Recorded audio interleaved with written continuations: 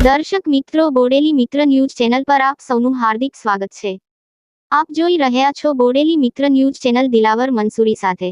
છોટા ઉદેપુર લોકસભા સાંસદ જશુભાઈ રાઠવાએ જિલ્લા કલેક્ટરને કરાયેલ લેખિત રજૂઆત બાદ રાજકારણ ગરમાયો। સાંસદ જશુભાઈ રાઠવા દ્વારા જિલ્લાના અધિકારીઓ સમયસર માહિતી આપતા નથી અને માહિતી આપે છે તો અધૂરી માહિતી આપે છે તેવો લેટર થકી ધડાકો કર્યો છે અને સમયસર માહિતી આપવા વિનંતી કરી છે, જે બાદ છોટા ઉદેપુર જિલ્લાનું રાજકારણ ગરમાયું છે। જિલ્લા કોંગ્રેસ સમિતિ સાંસદના સમર્થનમાં મેદાને આવી નિવાસી કલેક્ટરને આવેદનપત્ર આપી ધારદાર રજૂઆતો કરાઈ। લોકસભા સાંસદ વિસ્તારના અને લોકોના પ્રશ્નોની જિલ્લા સંકલન મીટિંગ કે અન્ય જગ્યાએ યોગ્ય રજૂઆત કરી શકતા નથી।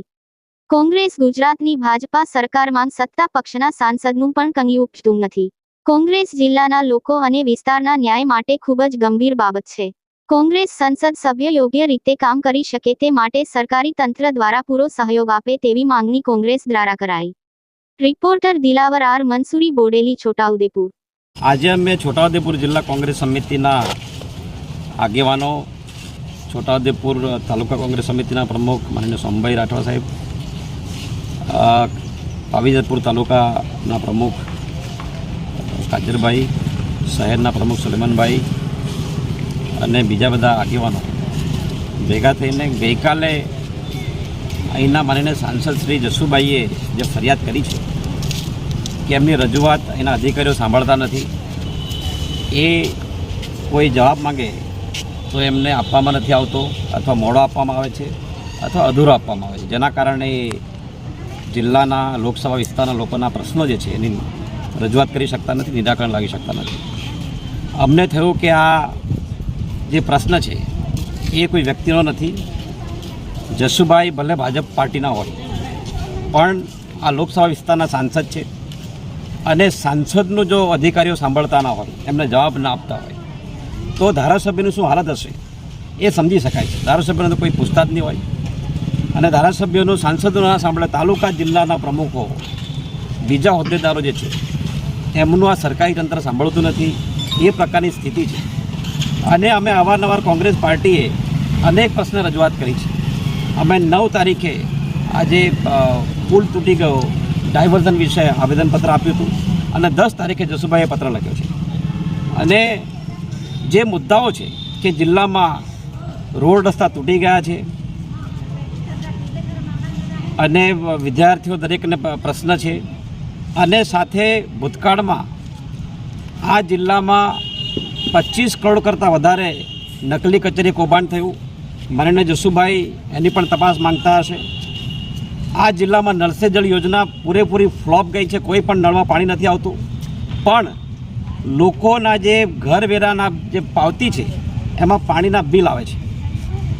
તે ઉપરાંત આ જિલ્લામાં બીજા અનેક કૌભાંડો તો ખરા જ, પણ અલગ અલગ વિસ્તારોમાં, અંતરાળ ગામોમાં બસની સુવિધા નથી। જે બસ જાય છે એકાદ તો ત્યાં ઓવરલોડેડ, જો બસમાં 50-60 લોકો ભરી શકાતા હોય તો 125 કરતાં વધારે લોકોને ભરે છે। શાળાઓના મકાનોની હાલત ખરાબ છે, શિક્ષકો નથી।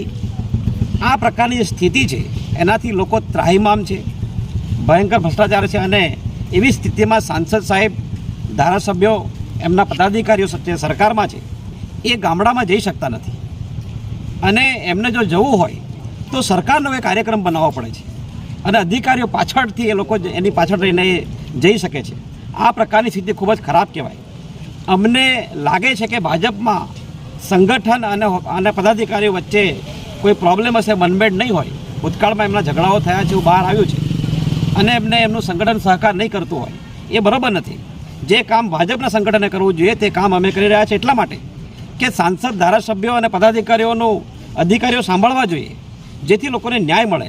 તો આ અમે કરી રહ્યા છીએ અને આવતા દિવસોમાં જશુભાઈ, માનનીય સાંસદ શ્રી, ધારાસભ્યો, એમને જો હજી પણ કોઈ નહીં સાંભળે તો અમે એમને પૂરો સહકાર આપવા માંગીએ છીએ। જો એ લોકો આ તંત્ર સામે, સરકાર સામે આંદોલન પણ કરશે તો અમે એમની પાછળ ઊભા રહેવા માટે પણ કોંગ્રેસ પાર્ટીના એક કાર્યકર્તા તૈયાર છે।